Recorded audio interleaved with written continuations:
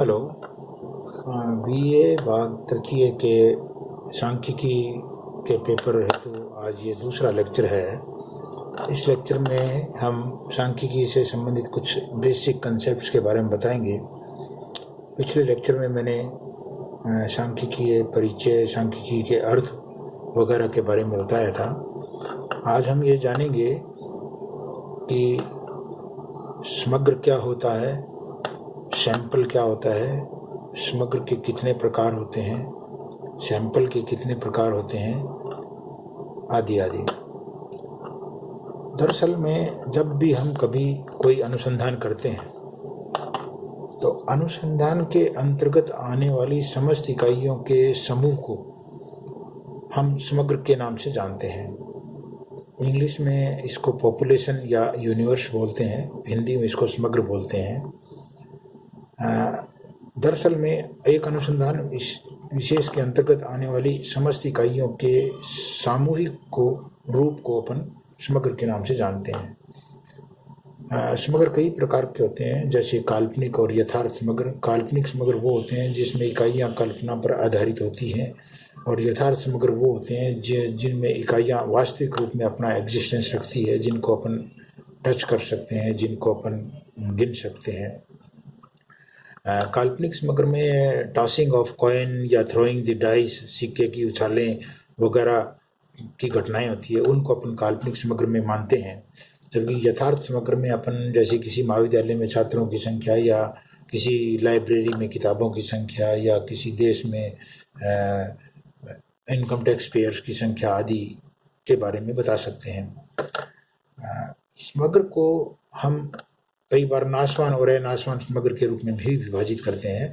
नाशवान समग्र वो होता है जिसकी इकाइयाँ समय या प्रयोग के साथ नष्ट हो जाती है, जबकि अनाशवान समग्र वो होता है जिसकी इकाइयाँ लंबे समय तक प्रयोग में आती है और बार बार प्रयोग करने पर भी वो नष्ट नहीं होती और लंबे समय तक वो काम में आती है। जैसे नाशवान समग्र में हम किसी भी खाद्य पदार्थ को, फ्रूट को, फल को, सब्जियों को, इनको ले सकते हैं क्योंकि ये समय के साथ और यूज के साथ खत्म हो जाती है। पटाखों की संख्या वगैरह को इसमें भी शामिल करते हैं।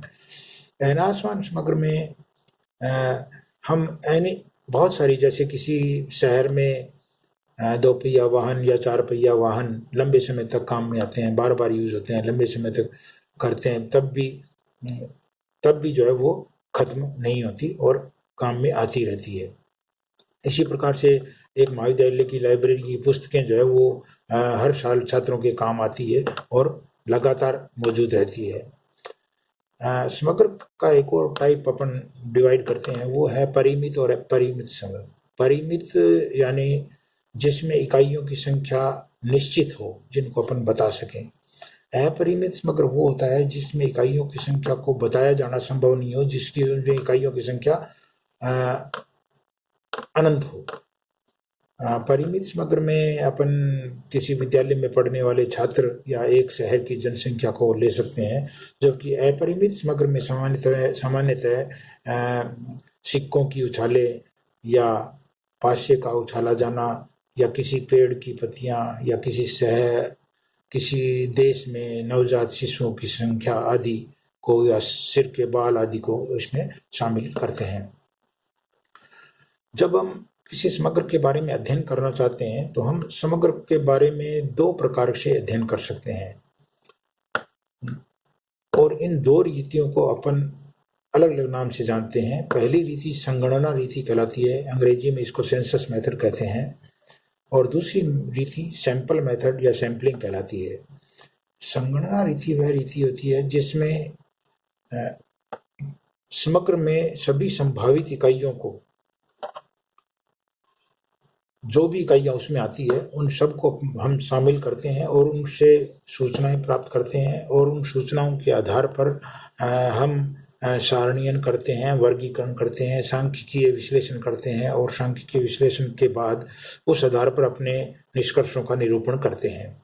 तो संगणना रीति दरअसल में बहुत खर्चीली, बहुत टाइम कंज्यूमिंग और बहुत लेबोरियस, बहुत ज़्यादा मेहनत उसमें ज़रूरत पड़ती है। इसलिए आम तौर पर यह कहा जाता है कि संगणना रीति उतनी ज़्यादा व्यवहारिक नहीं है। हालांकि थ्योरेटिकली हम ये मानते हैं कि संगणना रीति 100% शुद्ध है, इसलिए हमेशा संगणना रीति को ही अपनाया जाना चाहिए। लेकिन आम तौर पर इतना समय, इतना बजट, इतनी लेबर अनुसंधानकर्ता के पास नहीं होती, इसलिए अनुसंधानकर्ता संगणना रीति के स्थान पर सैंपल मेथड का प्रयोग करता है। सैंपल मेथड या सैंपल दरअसल में किसी समग्र से किसी विशेष आधार पर चयनित इकाइयों का एक सबसेट या उपसमूह होता है। यह उपसमूह छोटा हो सकता है, यह उपसमूह बड़ा हो सकता है। अनुसंधान के उद्देश्य के अनुरूप हम इकाइयों की संख्या सैंपल में कम या ज़्यादा कर सकते हैं। आमतौर पर यह माना जाता है कि जितना बड़ा सैंपल होगा, अनुसंधान के परिणाम उतने ही अच्छे आएंगे।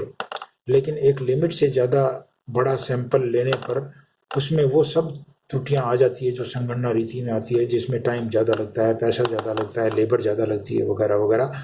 वो सब त्रुटियां जो है वो बड़े सैंपल में भी आ सकती है। इसलिए एक लिमिट से ज़्यादा सैंपल को बढ़ाया जाना संभव नहीं होता। इसलिए आमतौर पर आवश्यकता अनुसार सैंपल में इकाइयों की संख्या को सीमित करके चलते हैं।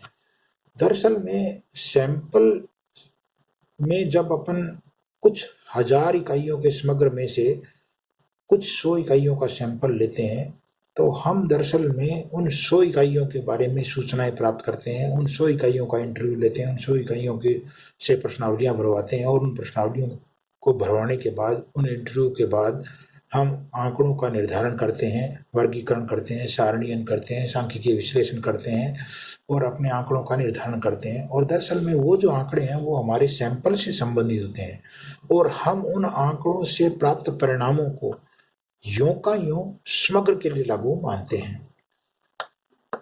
दरअसल में वो कुछ ऐसे विशेष आधार होते हैं जिन आधार पर हम ये कहते हैं या मानते हैं कि जो सैंपल में सत्य है वही समग्र में भी सत्य होगा। ये हमारे रिसर्च मेथोडोलॉजी का एक विशेष, अलग से विशेष टॉपिक है, जो यहाँ सांख्यिकी में बताया जाना इतना ज़्यादा उचित नहीं है। लेकिन वो कुछ ऐसे आधार हैं जिनके आधार पर हम ये मानते हैं कि जो सैंपल के परिणाम है वो समग्र पर लागू किए जा सकते हैं। यदि हम सैंपल चुनते हैं तो सैंपल चुनने के कुछ विशेष आधार होते हैं। जैसे एक है कि हम प्रायिकता प्रतिचयन करें। प्रायिकता प्रतिचयन में भी 2 प्रकार की सैंपलिंग हो सकती है। सभी समग्र की सभी इकाइयों को हम समान प्रायिकता देकर के सैंपलिंग करें, या समग्र की सभी इकाइयों को अपन असमान प्रायिकता देकर के सैंपलिंग करें। तो equal probability and unequal probability के साथ अपनी इकाइयों का चयन कर सकते हैं। थ्योरेटिकली ये माना जाता है कि इक्वल प्रोबेबिलिटी प्राप्त देते हुए यदि कोई इकाइयों का अपन सैंपल में चयन करते हैं तो वो इकाइयाँ समग्र को सही रूप से रिप्रेजेंट करेगी, और उससे जो परिणाम आएंगे वो समग्र के ज़्यादा नज़दीक होंगे। असमान प्रायिकता आमतौर पर नहीं दी जाती। विशेष परिस्थितियों में असमान प्रायिकता तब दी जाती है जब इकाइयाँ आकार में भिन्न भिन्न हों। जैसे बड़े आकार की इकाई है उसको ज़्यादा प्रायिकता दी जाती है, और छोटे आकार की इकाई हो तो उसको कम प्रायिकता दी जाती है। इसको प्रोबेबिलिटी प्रोपोर्शनल टू साइज या आकार के अनुपात में प्रायिकता के रूप में रिसर्च मेथोडोलॉजी में अलग से पढ़ाया जाता है।